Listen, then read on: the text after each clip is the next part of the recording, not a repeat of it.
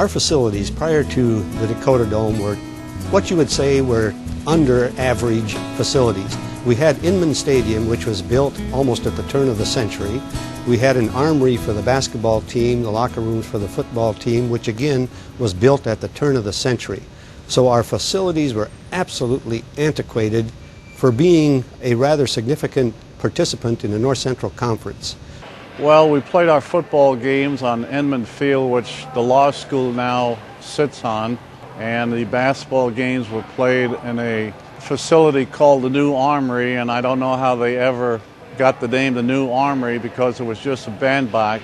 So it was apparent in the late 60s and early 70s that something needed to be done at the University of South Dakota.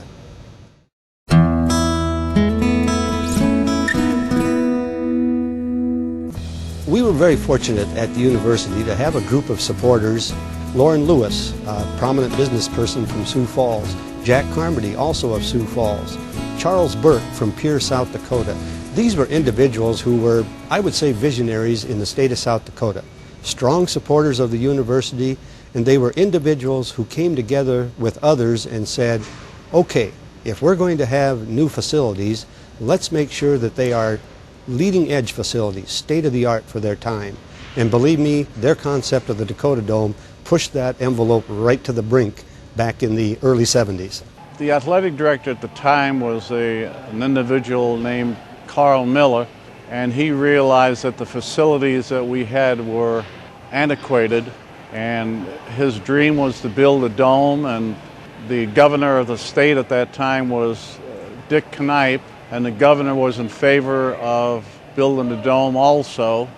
So you had that mix. There were those that supported it, those that were against it, and by the time everything shook loose, it eventually became sort of a compromise between, the strong supporters and those who were really opposed to it and wanted to stay where we were, to arrive at something that basically was palatable and acceptable to all those involved.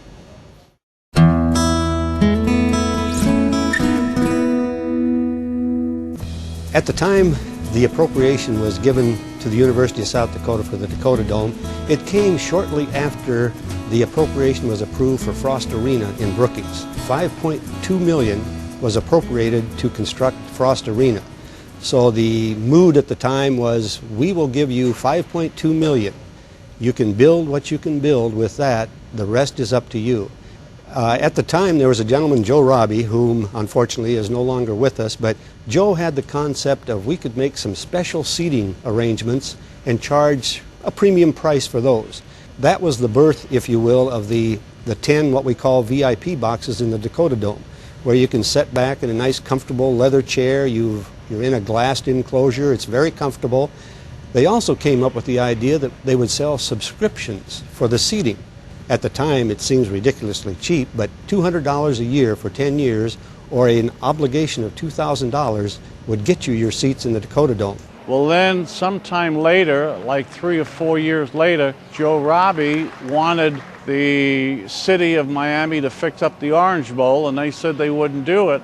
And they said, where's he going to go play his football games if they don't play him in the Orange Bowl? And Joe Robbie said, I'm going to build my own stadium. And they kind of laughed at him, but he used the same financial package that was used here at the Dome, and he built, which is now called the Dolphin Stadium in Miami.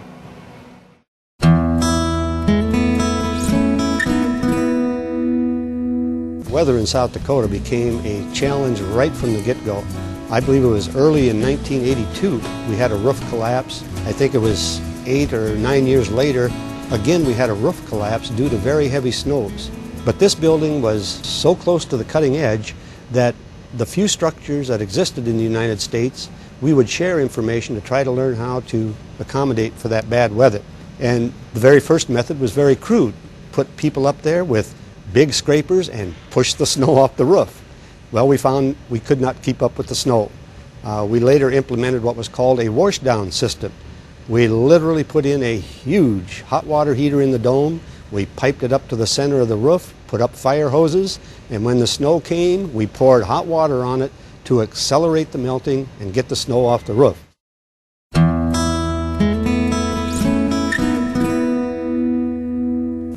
There was a snowstorm, I believe, again, this was probably the early 90s, maybe 91, 92, and it hit southeast South Dakota, it hit northwest Iowa, and it was into Minnesota. In a stretch of 2 days, we had over 12.5 games in here. And one of the games started at 9 o'clock at night. It was Black Hills State against Northwestern of Iowa. And Black Hills was a passing team, and about every play that they ran, there was a pass which stopped the clock on an incomplete pass. And the second game between South Dakota State and Mankato did not start until 11 o'clock at night. About 1:30, 1:45 on a Sunday morning, they asked the coach from South Dakota State for a comment about the game, and his remark was, "I thought we played better on Saturday than we did on Sunday." Those playoff games were played in an environment where I believe the skills of the competitors determined the outcome and not the weather conditions. So that was testimony to its impact not only in the state but in the region.